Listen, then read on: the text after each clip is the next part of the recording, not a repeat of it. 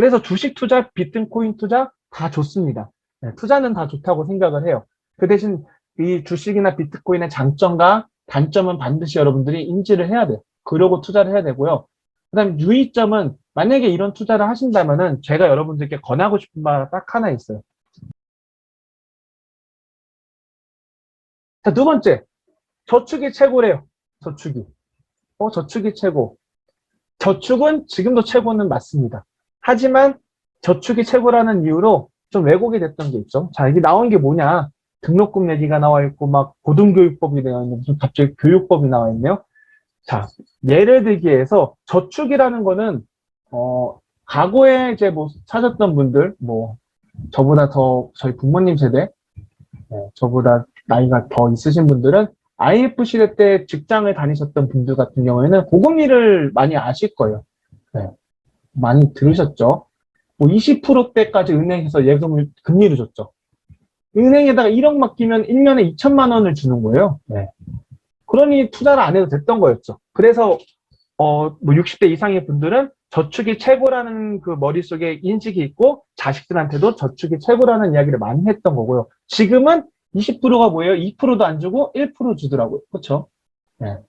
그러니까 저금리 시대라는 걸 알기 때문에 의미가 없어졌고, 자, 그래서 우리가 지금 반드시 알아야 될 것 중에 하나는 뭐 부동산 투자든 주식 투자든 투자를 하게끔 하는데 가장 중요한 이유 중에 하나가 자본주의, 물가 상승, 인플레이션이란 말이 있잖아요. 네. 이게 화면이 바닥에 안 눕혀서 글씨가 개판이죠. 글씨를 예쁘진 않지만 이렇게 못 쓰진 않거든요. 네, 이해해 주십시오.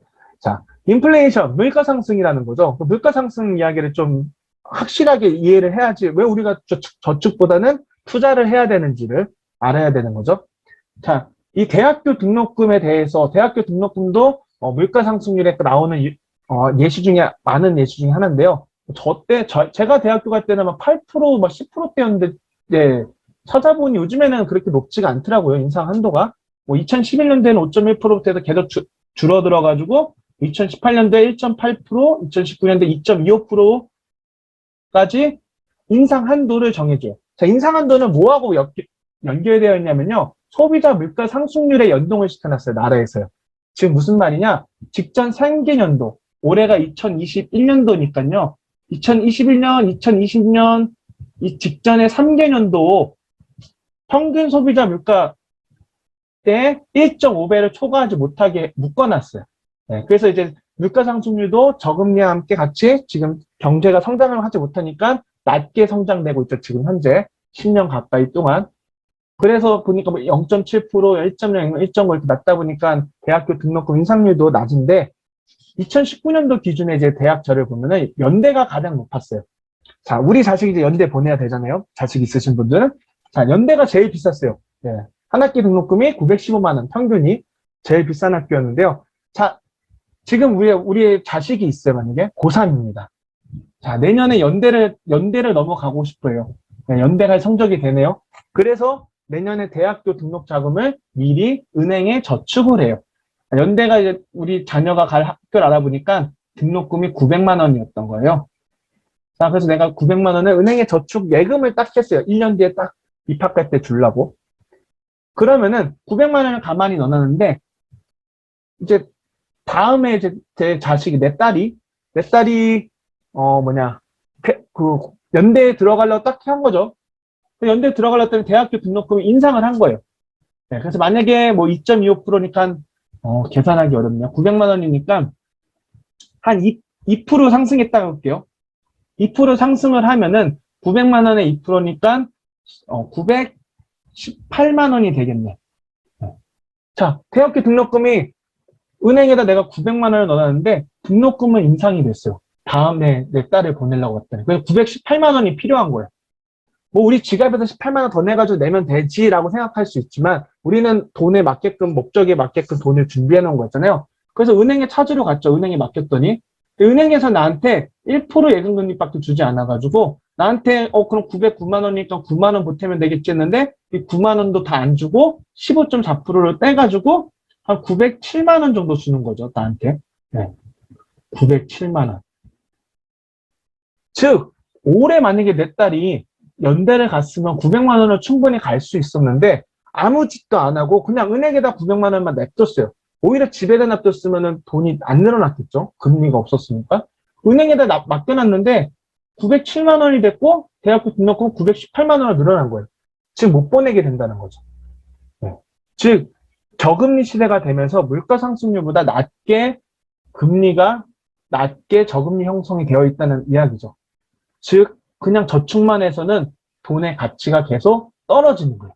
이때 900만 원은 연대에 입학할 수 있는 900만 원이었는데 1년만 지났는데 가만히 있던 돈이 907만 원으로 늘어났지만 연대는 못 보낸다는 거죠. 돈의 가치가 하락한다는 거죠. 그래서 저축이라는 거는 안전적으로 돈을 내가 필요할 때 꺼내 쓸 수 있게끔 하는 데는 정말 중요한 투자 수단인 것 같아요. 단 화폐 가치의 하락을 막지를 못해요. 그래서 안정적으로 손해보지 않고 내가 필요한 시기에 그 돈을 찾아 쓸 수 있게끔 계획하는 용도로는 너무 좋은 투자 방법이지만 물가 상승률을 커버하지 못하기 때문에 우리는 투자라는 거를 해야 된다는 거죠. 그래서 부동산 투자든 주식 투자든 어떤 투자를 해야 돼요. 근데 투자를 안 하고 계속 적금만 붓는 우리들이 있었죠. 저도 그랬었고. 그래서 이 사실을 반드시 이해해야 되고 여러분들. 다음 세 번째. 자, 주식, 비트코인.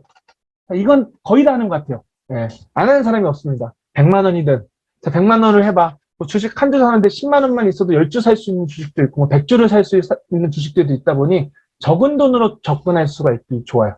그래서 장점은 소액으로 접근하는 게 너무 좋아요. 주식이나 비트코인. 100만 원, 10만 원, 50만 원으로 접근하기 너무 좋아요. 그러니까 사람들이 안 하진 않아요. 다들 해보니까. 그러면서 변화도 빨라요. 급격하게만 빨간불 들어오면요, 막 올라가요. 막 상한가 치면 기분도 막 좋아요. 그러다 하락하면은, 계속 막 기분이 나빠요. 네. 고점에 물리면 또 기분 나쁘죠. 변화가 너무 빨라요. 네. 그래서 스피드해가지고 사람들이 투자를 너무 좀 잘 하는 것 같아요. 쉽게 접근할 수 있게 되는 것 같고요. 그러다 보니, 네. 이제 부동산 같은 경우에는 변화가 빠르지 않잖아요. 보통은. 그러니까 부동산에 안 하게 되는 것 같아요. 저도 그랬었고. 네. 저도 막 주식만 하고, 뭐 펀드 들고, 막 이런 재테크 수단만 계속 했었지, 부동산에 오기 전까지는. 단점은 뭐예요? 이 단점이, 가장 큰 단점은 어쨌든 간에 고점에 몰리면은 손해가 막 심해요.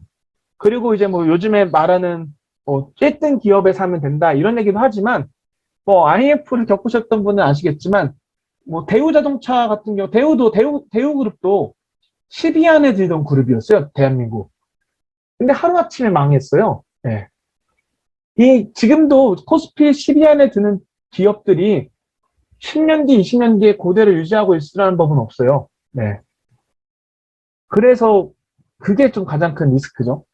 기업이라는 게 순식간에 어떻게 될지 모르잖아요. 어떤 변화를 맞을지 모르고, 그 다음에 저도 이제 뭐 40이 넘어서 소니, 뭐 이런 기업들 기억나시죠? 옛날에 뭐 워크맨이든 엄청 잘 나가다가 뭐 코닥 다 한순간에 망해버렸잖아요. 네. 전 세계적으로 미국에서도 엄청난 인기를 끌던 기업들이 한순간에 그냥 사라졌죠. 어떻게 보면 애플 같은 인기였던 것 같기도 하고요. 그때 느낌으로는. 네. 그래서 주식 투자, 비트코인 투자 다 좋습니다. 네, 투자는 다 좋다고 생각을 해요. 그 대신 이 주식이나 비트코인의 장점과 단점은 반드시 여러분들이 인지를 해야 돼요. 그러고 투자를 해야 되고요. 그 다음 유의점은 만약에 이런 투자를 하신다면은 제가 여러분들께 권하고 싶은 말 딱 하나 있어요. 부자들은 이거에 예민하다고 하죠. 퍼센트에. 즉 금액, 만 원 단위가 아니라 퍼센트에 민감하다는 말을 많이 들으셨을 거예요. 마찬가지로 우리도 퍼센트에 예민해질 필요가 있는데요. 주식 비트코인에서도 되게 중요한 영향을 미치는 것 같아요. 주위에 보면은 막 그래요. 나 어저께 상한가 2번 쳐서 30% 먹었어. 이틀 동안 15% 2번 상 쳐가지고 30% 먹었대요. 우와 대박이다. 그렇게 우리 얘기하잖아. 근데 뭐 얼마 안 돼. 20만 원밖에 뭐 30만 원밖에 안 돼. 그럼 네가 오늘 밥 사는 거야? 밥 살게. 이렇게 되잖아요. 즉 30만 원밖에 안 됐다는 얘기는 투자금이 얼마예요? 100만 원만 이제 산 거였죠. 재미 삼아 샀거나 100만 원치 샀는데 운 좋게 30% 상 두 번 쳐면서 30만 원을 번 거죠. 자, 그러면은 우리는 대부분은 다 이 30만 원에 집중을 한다는 거예요. 네. 이러면은 제가 봤을 때는 주식의 장점도 못 느끼고, 부동산에 와도 부동산 투자에서 장점을 못 느낄 것 같아요. 우리는 이 퍼센트에 예민해져야 돼요. 네. 지금 상 두 번이니까 이틀 만에 30%난 거거든요. 한 달로 치면은 15 곱하면은 450%의 수익률을 낸 거예요, 이 사람은. 1년으로 치면은 12달을 곱하면은 얼마니? 네, 5,400%의 수익률이네. 이거 어마어마한 숫자인데요? 이렇게 계산될 수 있다면? 그러니까 이 수익률에 우리가 항상 예민해서 내가 지금 어떤 행동을 한지를 인지를 해야 되는데, 한 30만짜리 투자인 거야, 자기한테는. 근데 내가 여기에 100만 원에 1억을 넣었으면 이 사람은 3천만 원을 번 거잖아요. 근데 이런 사람은 절대 1억을 못 넣죠. 왜냐면 내가 이 100만 원 넣은 행위 자체가 30만 원짜리 100만 원짜리밖에 안 되는 행위고 100만 원도 안 되겠죠, 이런 사람들은. 그냥 공부하지 않고 100만 원 그냥 넣어본 거에 확률도 높고. 우리는 이 퍼센트에 예민해질 필요가 있다는 거죠. 그걸 좀 유의했으면 좋겠어요. 그래서 제가 항상 권하는 바 중에 투자는 여러 가지가 있잖아요, 투자에는. 이 투자를 할 때 주식이든 뭐 비트코인이든 뭐 채권을 사시든 펀드를 하든 부동산 투자를 하든 항상 내가 지금 이 돈을 얼마만큼 불리고 싶을 때 어떤 투자 수단을 활용할래? 라고 고민을 할 때 항상 저는 기준점을 연수익률로 비교를 해요. 모든 투자 수단을 1년의 수익률을 몇 프로를 볼지로 놓고서 나는 이 돈을 얼마만큼 불리고 싶어. 나는 얼마만큼 불리고 싶으니까 난 주식을 해야 되겠어. 나는 펀드에 들어도 괜찮아, 이 돈은. 이런 식으로 여러분들이 목표 수익률이 있어야 돼요. 근데 그거를 비교를 해야 되잖아요. 내가 주식을 할지 부동산을 할지 비교해서 분산을 하더라도 주식에서는 나 몇 프로의 수익률을 기대할 거고 나 부동산 투자에서 얼마나 기대할 거야. 그때 비교되는 수익 기준이 1년에 몇 프로인지로 다 똑같은 기준점을 놓고 비교를 하셔야지 기준점이 없으면은 그냥 뭐 선택하는 거죠. 뭐 동전 던져서 앞면 나오면 앞면하고 뒷면 나오면 뒷면 거 하고 이러는 거랑 차이가 없잖아요. 그래서 만약에 갖고 있는 투자금을 어떤 투자를 해서 내 돈을 얼마만큼 자산을 성장시켜야 되겠다 생각할 때는 저런 기준점을 가지시면 좋은 것 같습니다.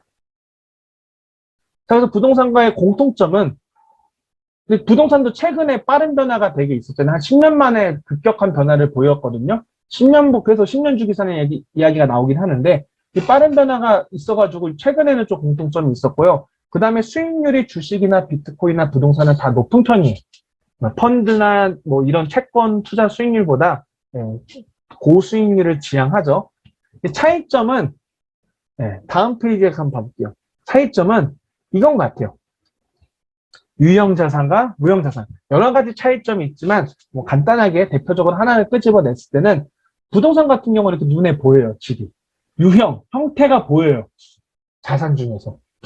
주식은 이 사람들이 있지만 이 컴퓨터 안에 있는 숫자로만 나와 있잖아요. 주식을 사더라도 내가 내 손에 주식을 한번 못 만져보죠. 그냥 핸드폰 화면, 컴퓨터 화면에서만 우리가 보고 내 주식이 얼마 있다는 것만 우리가 인지하지 인터넷 뱅킹으로 계속 왔다 갔다 하는 거죠. 절대 A팀기에서 돈을 인출하지 못한단 말이죠. 주식을 현금 뭐 팔고 인출하는 수는 있지만 주식 자체를 인출하지 못하잖아요. 그래서 우리가 보통은 형태가 안 보이는 무형자산이라는 표현을 많이 쓰죠. 이게 좀 되게 큰 이유인 것 같아요. 자, 여러분이라면은 지금 10억이 있어요. 그럼 이제 우리 동학개미 운동 해가지고 삼성 엄청 샀죠. 네. 이재용을 믿고 이재용을 풀어달라면서 삼성을 샀죠. 네. 이재용인데 구속된 게 그 뇌물죄가 아니라 그러니까 그 소액주주가 소액주주가 고발해서 그런 거야, 주주들이. 횡령죄로. 자, 아무튼 이 삼성전자 주식을 10억 원치를 사실 거예요? 아니면 강남에 아파트를 10억 주고 사실 거예요? 네. 대치동에 있는 아파트 정도 살 수 있겠네요. 지금 수준이면. 어떤 걸 사시겠나요? 네. 아파트요. 네. 강남 아파트요. 네. 채팅으로 써주시면 됩니다. 네. 그쵸? 이게 가장 큰 이유. 대부분이 왜 그러냐면은 이 주식은 눈에 안 보여서 믿음이 좀 안 갖는 거죠. 네. 그래도 뭔가 내가 이런 큰 돈을 넣을 때는 눈에 보여야 돼. 그래서 사람들이 부동산에는 억 단위 들어가는 거에 대해서 처음 투자하시는 분도 뭐 좀 처음이어서 좀 뭐 불안하고 이렇긴 한데 그럼에도 불구하고 가감하게 잘 사시는 분들이 생각보다 많아.